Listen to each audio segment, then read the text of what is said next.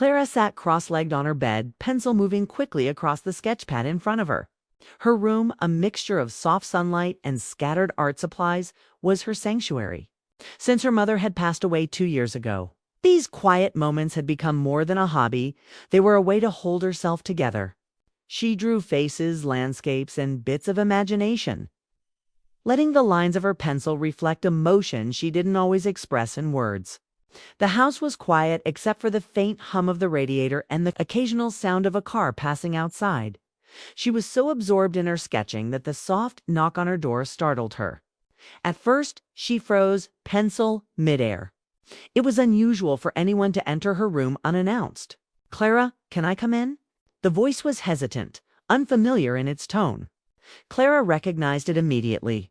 Her stepfather, Richard. Her heart skipped a beat. Richard rarely entered her room. Their relationship had always been polite, distant even, but never invasive. She had expected a visit from him to be about chores, a reminder for dinner, or some casual question about school. This, however, felt different. There was a vulnerability in the way he spoke. It's an uncertainty that made her pause. "Sure," she said finally, trying to steady her voice. Richard opened the door slowly and stepped inside. For a moment, he just stood there, looking around at her room, the sketches pinned to the walls, the stack of notebooks on the desk, the small trinkets her mother had left behind. Clara noticed for the first time how tired he looked, how the lines around his eyes seemed deeper, like he was carrying more than he let anyone see. His suit jacket was slightly wrinkled, evidence of a long day at work, but he seemed almost fragile in that moment. I didn't want to bother you," he began, his voice low, "but I thought maybe you'd like to talk. I haven't really connected with you in a while." Clara blinked. Talk? Connect? She didn't know what to say. She had spent years avoiding deep conversations with Richard, partly out of habit, partly because grief had left her cautious. She nodded slowly. "Okay," she said softly. Richard glanced around again, stopping at a sketch she had started but not finished. A portrait of a woman staring at a window. Its features tentative, but full of emotion.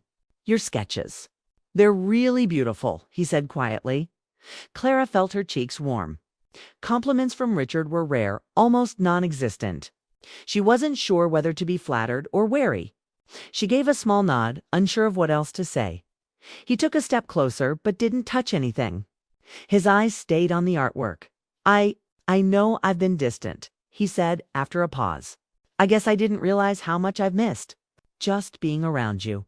You're important, Clara, more than I probably ever said." The words hit her like a sudden wind. It wasn't romantic, not in any sense, but it was personal and raw. She felt something stir in her chest, surprise, confusion, and a strange comfort. Richard had always been a background figure in her life, reliable yet distant. Now, for the first time, she saw him as someone who wanted to reach out, who genuinely cared. Clara swallowed hard. I didn't know," she whispered. "I know," he admitted, looking slightly embarrassed. "I'm not always good at expressing these things. But I wanted you to know. You matter." She wanted to say more, to ask why now. Why this sudden honesty, but the words caught in her throat. She looked down at her sketchpad, pretending to adjust the pencil, though she could barely focus on it. The moment was fragile, suspended in silence until a loud thump from the hallway shattered it. Tim, her younger half-brother, had returned from soccer practice earlier than expected. He called out, laughing loudly about something his friends had said on the field. Both Clara and Richard jumped slightly. I should go," Richard said quickly, his voice regaining its usual calm formality. "I'll leave you to your painting." He gave her a small, awkward smile, then turned and walked toward the door. Clara watched him leave, feeling the air shift around her. Something had changed. The room no longer felt empty or just hers. It felt charged with unspoken words and possibilities. For the rest of the afternoon, she couldn't return to her sketching. Her mind kept replaying Richard's words. He had called her important. He had tried to reach out. She realized she had been so focused on her grief and her solitude that she had not noticed his quiet attempts to stay close. to be part of her life in a meaningful way.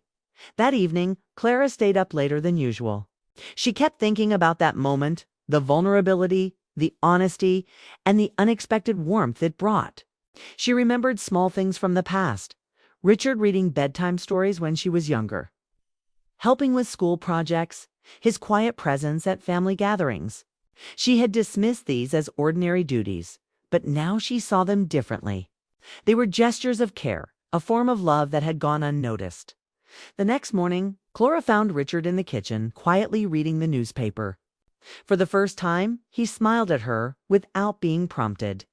"Morning," he said simply. She noticed how natural it felt to return the greeting. "Morning," she replied. He didn't say more, but he didn't have to. The shared moment from the day before lingered between them. It was subtle, almost invisible, but it carried weight. For Clara, it meant that boundaries could exist alongside connection, that trust could grow quietly over time, and that emotional intimacy didn't always need words. Over the following days, Clara found herself noticing small gestures from Richard that she hadn't paid attention to before. He would leave her favorite tea on the desk when she was working, ask her how her day went without expecting an answer, and occasionally comment on her artwork in ways that felt genuine. Each small gesture chipped away at the distance she had always felt between them. One rainy afternoon, Claire was sorting through old photos of her mother. Richard entered quietly with a box of old family photos.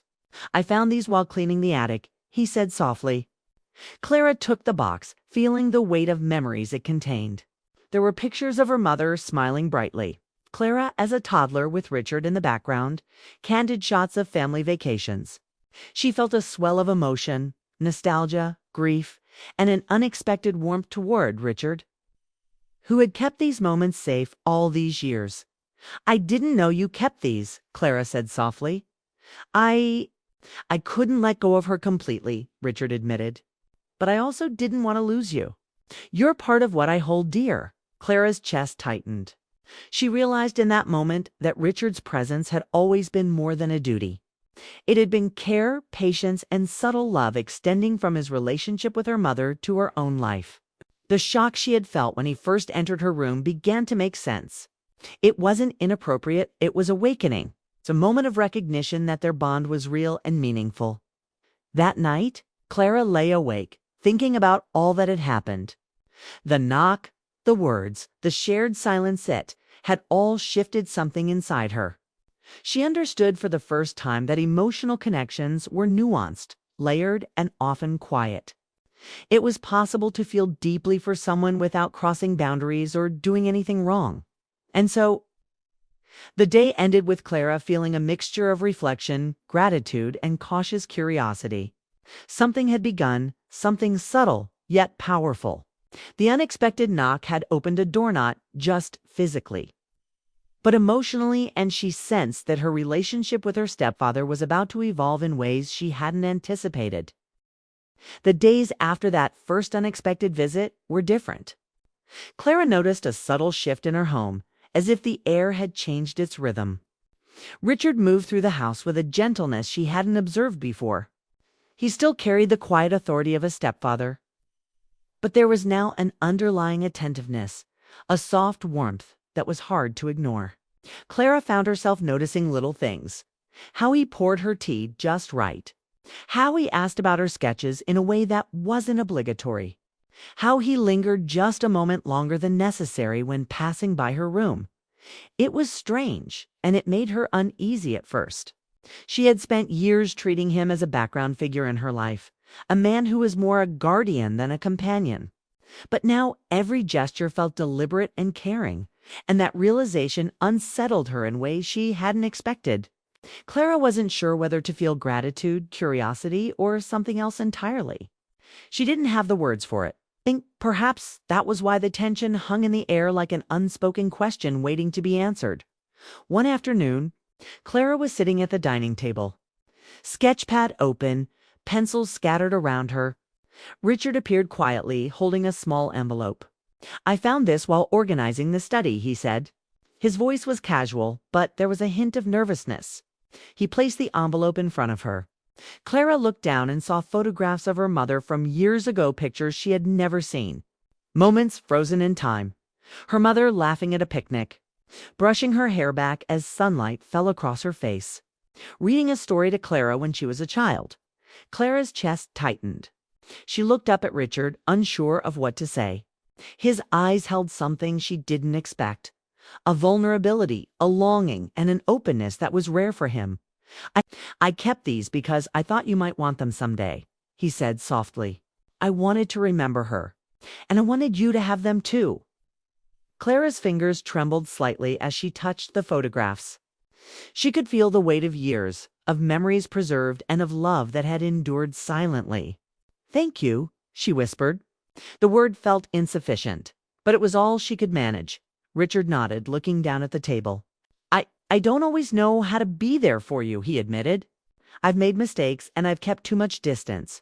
But I want you to know I care. I really do. The confession caught Clara off guard. She had never imagined him saying such things, acknowledging his distance, admitting his feelings. She realized in that moment that Richard was more than the stern, reserved stepfather she had known. He was human, flawed, earnest, and quietly devoted in ways she had overlooked. Over the next few days, the house felt lighter, as though an invisible thread had been woven between them. Clara began to look for his gestures, not in a suspicious or critical way, but with an emerging awareness. When he brought her tea while she painted, when he asked how her sketches were progressing, or when he simply shared a silent glance from across the room. She noticed, and she responded in kind. One evening, the tension between them became almost tangible. Clara was in her room working on a portrait of a woman looking out of a window when Richard entered. He didn't knock this time.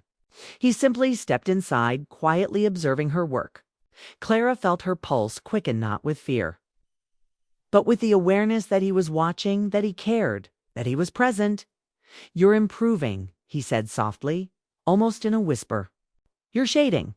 The light in her eyes, it's remarkable. Clara felt a warmth spread across her chest. She looked up at him and realized she had been craving acknowledgement, not flattery, but understanding. Richard's attention wasn't demanding or critical. It was genuine. She didn't know why it mattered so much, but it did. She felt seen, and the sensation was both comforting and unnerving. He stayed a moment longer, standing by the doorway before speaking again. I want to be closer to you, Clara. Not in a way that oversteps boundaries, but in a way that matters. You're important to me, more than I probably said before. Clara's mind raced. She had never thought of Richard in this way, as someone who could express emotions so openly. She felt a mixture of gratitude, empathy, and a gentle curiosity about what this shift in their relationship could mean. She didn't respond immediately, unsure of what words could capture the complexity of her feelings. Instead, she turned back to her sketchpad, letting the pencil move again, as if it could translate the storm of thoughts swirling in her mind. Richard watched quietly for a while, then turned and left without another word. The silence that followed was heavy but not uncomfortable. It was a silence filled with the possibility of understanding, of trust slowly growing, of emotional intimacy without complication. The next day, Clara found herself thinking about the small, unnoticed ways Richard had supported her over the years. She remembered the quiet nights when her mother had been ill, and Richard had sat with her in the living room while she sketched in peace. She remembered the times he had quietly fixed her broken chair or helped her carry art supplies upstairs. These gestures, once overlooked, now carried a profound weight. They spoke of a care that had been there all along, subtle but steadfast. One afternoon, Clara was sorting through some old letters from her mother when Richard appeared with a cup of tea. "I thought you might need this," he said, placing it beside her. There was no hesitation in his movements, no expectation, only a quiet attentiveness. Clara looked at him and smiled softly. She realized that these moments, small as they were becoming the foundation of a new understanding between them. As the days passed, the pattern continued. Richard would offer her guidance with a gentle hand, without ever demanding attention or forcing intimacy. Clara found herself responding naturally, sharing small details of her day, speaking about her art, and even laughing quietly at his understated humor. Their interactions were becoming richer, deeper, and more meaningful. Without any awkwardness or tension, one evening, while the rain tapped gently against her window, Clara found herself in conversation with Richard about her mother. They shared memories, stories, and reflections. Richard's voice was soft but steady, filled with both sorrow and warmth. Clara realized she had never truly known him in this way, not as a man, but as a person shaped by love, loss, and experience. "I sometimes feel like I failed her," Richard admitted, his gaze fixed on a photo on the wall. "I loved her and I wanted to protect her, but I couldn't always do enough. And I've been afraid of failing you too." Clara's heart ached at his words. She reached out, placing a hand briefly on his arm. "You haven't failed me," she said softly. "You've always been here, even when I didn't notice." The words created a subtle shift. Richard exhaled slowly, and for the first time, Clara saw a relief in his posture. It was as if years of restraint and distance had finally found a small release. The bond between them, once unspoken and undefined, was beginning to solidify into something real and supportive. Later that night, as Clara lay awake, reflecting on the days that had passed, she thought about the first knock, the sudden entrance, the confession of care, and the quiet moments that had followed. She realized that emotional intimacy could grow quietly, almost imperceptibly, and that it didn't need dramatic gestures or overt declarations. What mattered was presence, consistency, and genuine understanding. By the end of the week, Clara noticed that her perception of Richard had changed completely. He was no longer just a stepfather, a distant figure in the background of her life. He was someone who had shared in her grief, who had quietly supported her, and who now sought connection with patience and respect. She felt a mixture of admiration, gratitude, and a tentative affection, not romantic, but deeply human. And as she drifted off to sleep that night, she realized that the relationship they were building would continue to evolve. There was trust, understanding, and emotional depth growing between them. The shock of that first entrance had blossomed into the quiet beginnings of a bond that was strong, meaningful, and safe, a bond that neither Clara nor Richard had anticipated. Yet both would come to value deeply. By the time spring arrived, the house felt lighter, filled with an unspoken rhythm that Clara had never noticed before.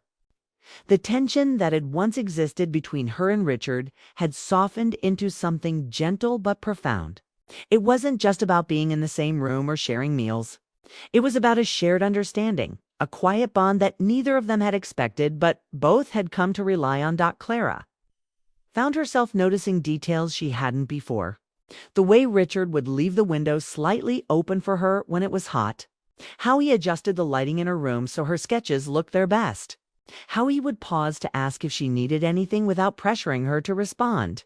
These small gestures, once overlooked or dismissed, now carried meaning, like threads slowly weaving their lives together in trust and care. One evening, as rain fell softly outside, Clara sat in her room sketching by the window. Richard knocked lightly before entering, carrying a cup of hot chocolate. "You've been working too hard again," he said. Setting the cup down beside her, Clara glanced up and smiled. "I enjoy it," she replied, her tone light, but inside she felt a quiet appreciation for the effort he had made. The gesture was simple, but it carried more weight than she could express. "I know, but I don't want you to feel alone," he said, settling in a chair near her desk. "Life is too short to carry everything by yourself." Clara looked at him, her chest tightening. She realized that what she had felt the first time he entered her room, the surprise, the sudden shift in emotion, wasn't a fleeting moment. It had been the beginning of a transformation. They had moved from distance to connection, from awkward politeness to quiet intimacy built on understanding and mutual respect. "Thank you," she said softly, not just for the hot chocolate, but for everything, the patience, the care, the acknowledgement that she mattered. Richard nodded, smiling faintly. "You're welcome. I want you to feel safe here, with me, with the house, with everything that's left of your mother's world." That statement hung in the air, and Clara felt an unexpected surge of emotion. It wasn't grief, not exactly it, was recognition, acceptance, and a gentle warmth that came from being truly seen. Her mother's absence was still heavy, but now she realized that her family, Richard, Tim, and even herself could carry that absence with care rather than fear.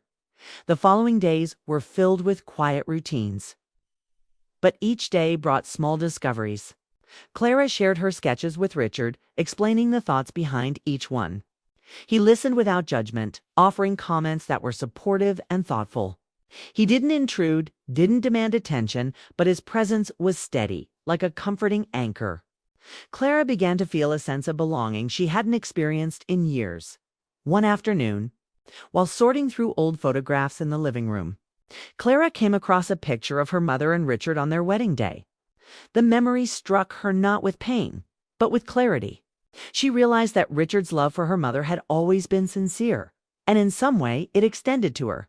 She looked at him as he walked into the room, carrying a small stack of books for her, and she saw the same care in his eyes that she remembered from the past. "I used to think I had to protect you in silence," Richard said softly, noticing her gaze. "I didn't want to overstep, didn't want to intrude, but now I see. I can be here without taking over. I can care without smothering." Clara felt a lump in her throat. "I've noticed," she replied, "and I appreciate it more than I can say." From that day on, their bond deepened naturally. They began to share stories, not just of the past, but of hopes and small dreams. Richard spoke about his work, his childhood, the ways he had tried to navigate life's challenges. Clara shared her aspirations as an artist, her small fears, and the little victories that made her proud. They laughed together, sometimes quietly, sometimes with bursts of joy that felt both foreign and comforting in the same breath. One evening, Richard brought up a memory from years ago, a time when Clara's mother had been ill and Clara had been too young to understand fully. "I remember sitting here with her," he said, pointing to the living room couch. "You were drawing quietly and she looked at me and smiled. She trusted me with you in ways I didn't realize until much later." Clara looked at him, absorbing the depth of his words. "I guess I didn't realize either," she said. "I've always known you were there, but now I understand it differently." "Yes," Richard said, his voice soft. "We both have grown, and I think we're finding our place in this new life together." Clara felt tears prick her eyes, not from sadness, but from the realization of how far they had come. The shock, the awkwardness, the unexpected first encounter had all led to this quiet, meaningful connection.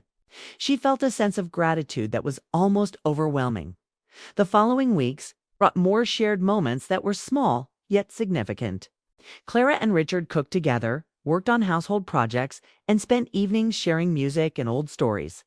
The house, once filled with silence and distance, now resonated with laughter, conversation, and an underlying sense of security. One day, Clara found herself reflecting on the journey they had shared.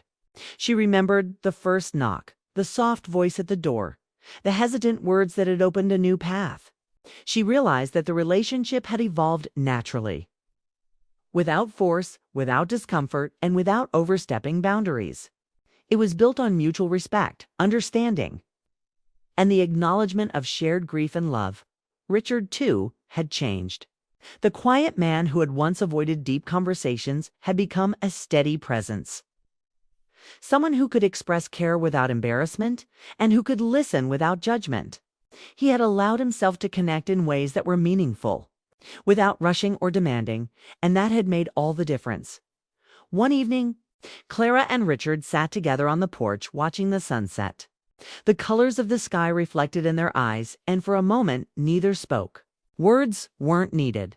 Their connection was evident in the calm comfort of being near each other, in the quiet acknowledgement of mutual care. "I'm glad we found this," Clara said finally, breaking the silence. "I didn't expect any of this." Richard nodded, a gentle smile playing on his lips. "Neither did I, but I think this, us, it's better than I could have imagined." It was a sentiment that encapsulated everything they had shared: the shock, the surprise, the gradual understanding, and the gentle growth of trust and care. Clara realized that relationships could take unexpected forms, and that love, whether for a parent, a stepchild, or a family member could be tender, steady, and transformative. As the days turned into weeks and weeks into months, Clara felt a sense of peace she hadn't known in years. The connection with Richard wasn't dramatic or romantic, it was something far subtler, far deeper. It was emotional intimacy, trust, and companionship that filled the space left by grief and brought warmth to their lives. The story that began with a single knock, a moment of shock and hesitant words had evolved into a lasting bond. Clara and Richard had navigated their grief, their fears, and their uncertainties to discover a quiet understanding that strengthened them both. And though nothing about their lives was perfect, the shift in their relationship had created a foundation of love and support that would endure. Clara felt safe, valued, and seen. Richard felt a sense of fulfillment in being present, in being understood, and in forming a meaningful connection with someone he deeply cared for. That night, as Clara lay in her bed, she reflected on everything that had happened. The first knock, the photographs, the shared stories, the quiet afternoons, they had all led to this sense of closure, growth, and hope.